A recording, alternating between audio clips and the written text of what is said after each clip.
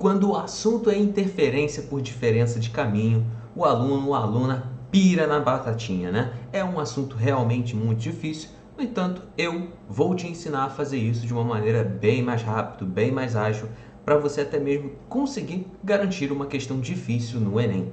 Então vamos lá para essa questão?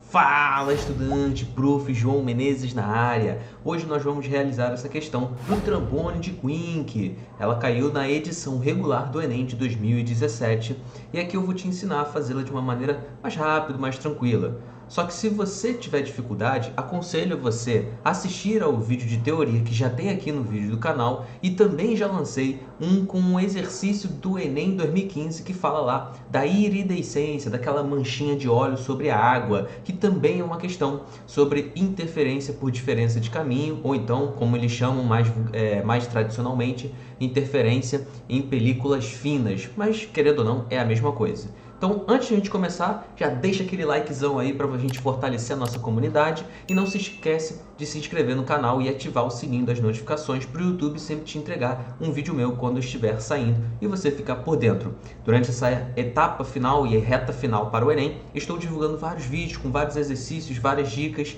e estratégias, né, para a prova. Então vamos lá, queridos? O trombone de Quink é um dispositivo experimental utilizado para demonstrar o fenômeno da interferência de ondas sonoras. Uma fonte emite ondas sonoras de determinada frequência na entrada do dispositivo. Essas ondas se dividem pelos dois caminhos ADC e AEC e se encontram no ponto C aqui mais abaixo, que é a saída do dispositivo, onde tem um detector. O trajeto ADC, que é esse aqui, pode ser aumentado pelo deslocamento dessa parte do dispositivo. Com o trajeto ADC igual ao AEC, notem isso, hein? Vejam bem essa observação. Capta-se um som muito intenso na saída. Entretanto, aumentando-se gradativamente, aí ele puxa, né, essa parte aqui que é móvel, aumentando, até que ele fica como mostrado na figura, a intensidade do som na saída fica praticamente nula, você não escuta nada praticamente. Dessa forma, conhecida a velocidade do som no interior do tubo de 320 metros por segundo, é possível determinar o valor da frequência, ele quer a frequência, né, do som, em Hertz. Galera, isso aqui é a interferência por diferença de caminho. Claro, aqui tem um caminho e aqui tem um outro, são diferentes. Então a interferência ali pode ser construtiva ou destrutiva, dependendo de alguns fatores.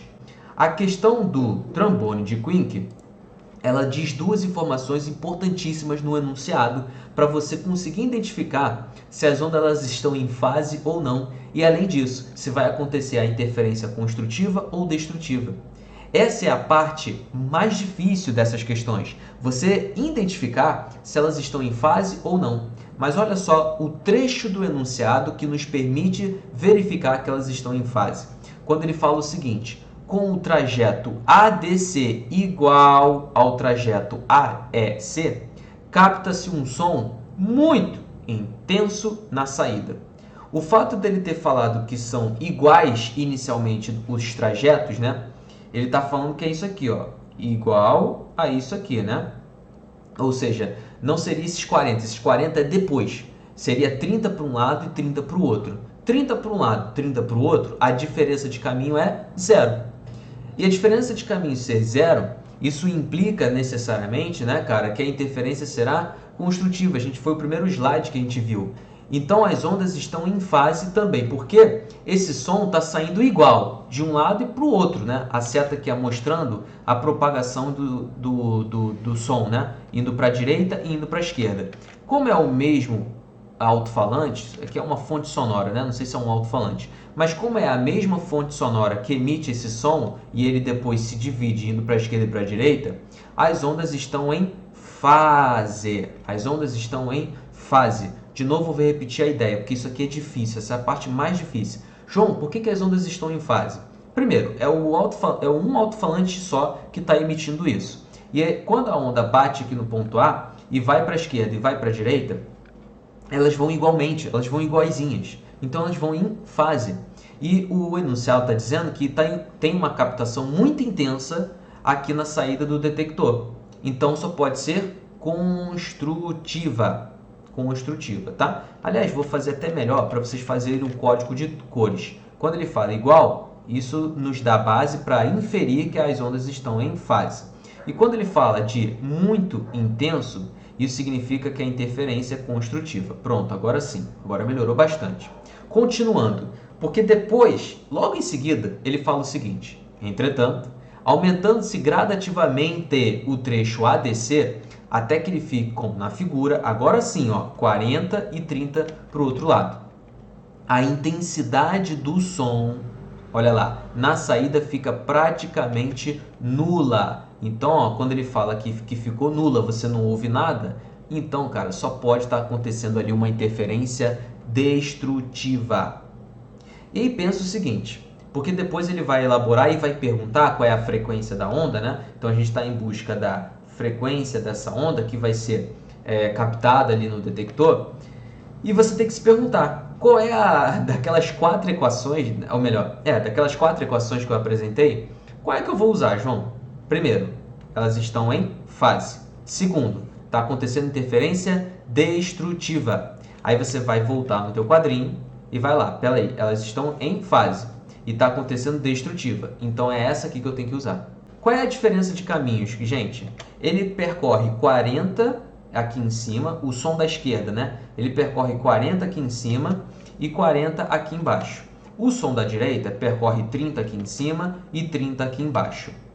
Essas distâncias aqui na lateral você não considera não, João? Até considero, mas como são iguais, aí elas vão acabar na subtração se anulando. Então a gente não precisa considerar não. O que você precisa saber é que a diferença de 40 e 30 é 10. A diferença de 40 e 30 é 10. Só que é 10 em cima e 10 embaixo, né, gente? É 10 aqui em cima, 10 centímetros aqui em cima e 10 centímetros aqui embaixo. Então, na verdade, a diferença de caminho entre esses dois tubos é de 20 centímetros. E aí 20 igual a um número ímpar, que eu já vou comentar dele, um número ímpar a priori, vezes o lambda sobre 2. Como a gente não tem aqui condições, né, de saber qual é o número ímpar, se é o 1, se é o 3, se é o 5, se é o 7, a gente adota o menor número. A gente pega o menor harmônico, né? Esse número ímpar aí tem a ver com harmônico, né? Porque ele está falando ali que vai ter uma intensidade praticamente nula. Então você pega o primeiro, tá? Isso é cabelo branco, vai com essa dica aí. Então, ó, você vai adotar ali como sendo o número 1. E aí vai ficar 20 igual a lambda sobre 2. Logo, o lambda vai dar 40 centímetros. Acabou? Não, ele quer saber a frequência. E aí você vai lançar a mão da equação do vem lamber fofinho, que eu já vou escrever dessa maneira, porque ele quer saber a frequência. A velocidade é de 320 metros por segundo, isso está lá no enunciado.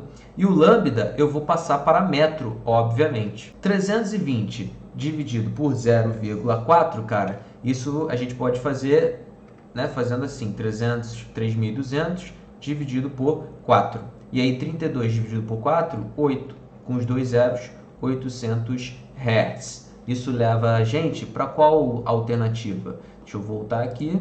Gabarito letra C, 800 Hz. Muito obrigado, meus amores, por terem ficado até aqui. Não deixe de curtir esse vídeo para eu poder entender que vocês estão gostando, né, da minha didática, da minha... Muito obrigado, galera, por vocês terem ficado até aqui o final. Não se esqueçam de curtir o vídeo para eu poder entender que vocês estão gostando ou não e poder trazer mais conteúdos semelhantes a esses. E não se esqueçam de se inscrever, ativando aí o sininho para que o YouTube possa entender que você quer assistir mais dos meus vídeos também. Então a gente se vê por aí. Forte abraço, bons estudos!